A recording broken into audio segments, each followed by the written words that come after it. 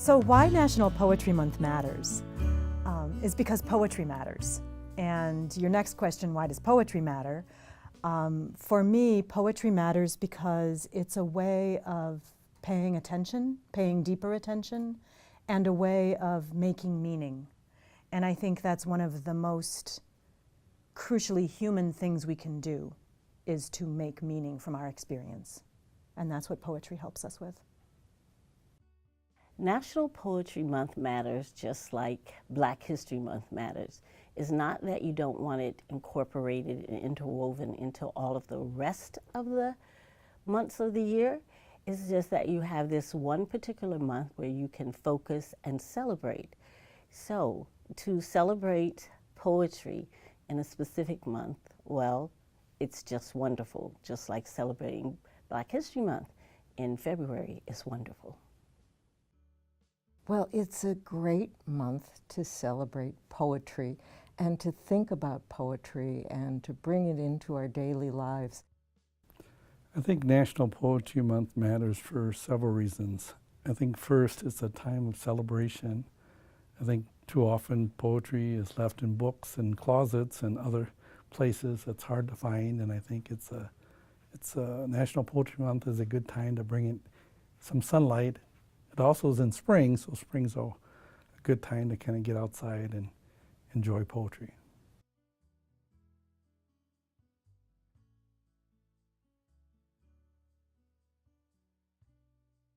I would always want to be involved in National Poetry Month because, one, I'm a poet, and so it's just the opportunity again to share with everybody else your love of poetry, and to have that, again, that time of celebration. I don't think we celebrate enough, and so you give people permission in National Poetry Month to have a ball with poetry. I decided to get involved with National Poet Month as Poet Laureate of Madison. There's been a history that the Poet Laureates have really committed to bringing poetry in its various forms to all the neighborhoods, all the libraries, all the communities in Madison. And I wanted to add another component to that, build on that legacy of bringing poetry out to the forefront.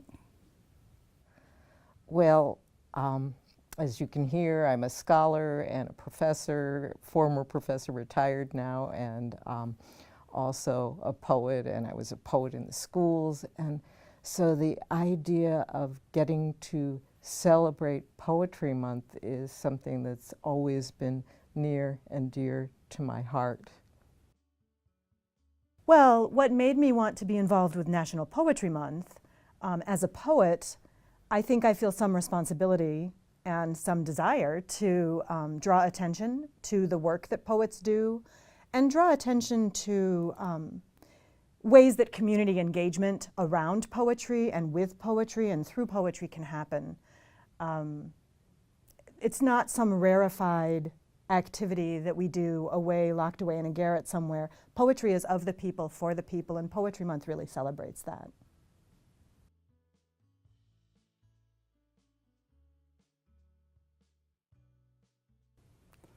I think you can celebrate National Poetry Month in a couple different ways. I think you can pick up a book and read. I think you can go to a poetry reading and see the various poets that are in town. There's a lot of events here in Madison. I think the third thing is the public library is a refuge for poems, poets, and writers, so don't forget your public library. I think grab a poem, write a poem, and even sing a poem.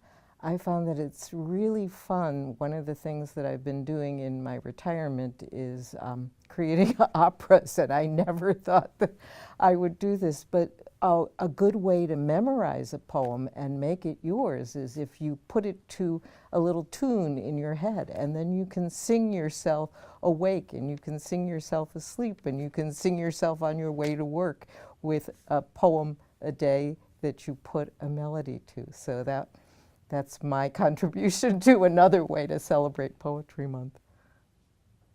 So to celebrate National Poetry Month, it doesn't matter where you are. People can check a book out of the library, maybe, a book of poetry, or they can go online. There's poetry at your fingertips easily enough.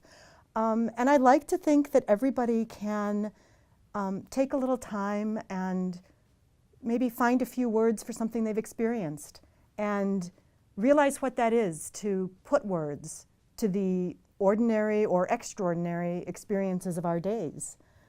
That's what poets do, and that's available to everybody. People can celebrate National Poetry Month wherever they are, in whatever ways they think. And here's when you can be absolutely creative. You can write a poem. I see poetry as very healing.